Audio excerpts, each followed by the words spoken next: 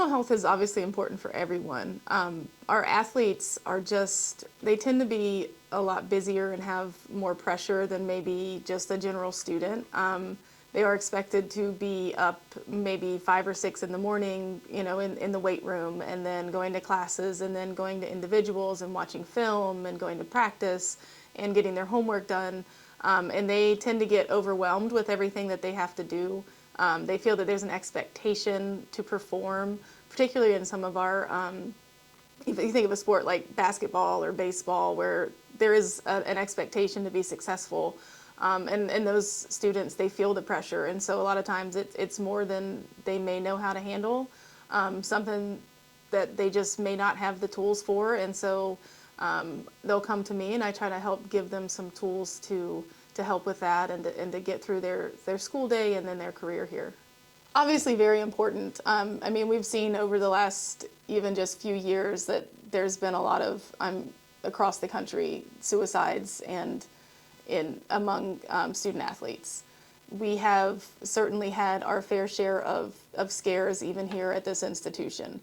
We know that there is a lot of education that needs to happen. We know that there are a lot of people struggling. So I would say, as far as getting education out there, one of the biggest things, and like something that we've started trying to do, is helping everyone understand what signs and symptoms are of a crisis situation so that we don't miss them.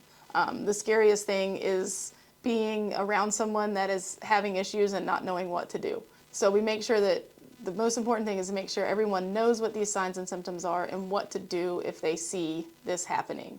And there needs to be an understanding that it's okay to make that call or to tell somebody, because we've got to make sure that, safety comes first and there's no repercussions for anything else. Just like if you're, the amnesty rule for the university, if someone's in danger and you make a call, you're safe. Well, we need to have a very similar policy for mental health to make sure that everyone knows, no matter what's going on, it's okay to make that call and there aren't any repercussions. And then the other thing would be really nice would be to teach more people coping skills, like I've talked about here today: visualization, grounding, meditation, breathing, things like that we basically would call a toolkit. So if you go to classes and you take your notebooks and your paper and your pens and your laptops, that's your toolkit for class.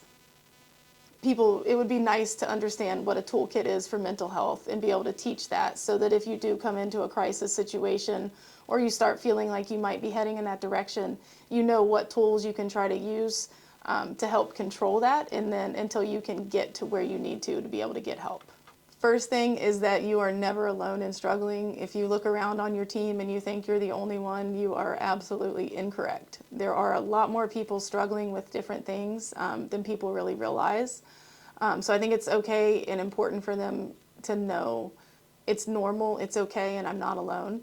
And then to know that there is someone like myself that you can reach out to, even if I have students who just come in and talk, and they don't even necessarily know what it is that they need or what they want to talk about, and they'll just come in and talk, and that's okay. The most important thing is to start the conversation.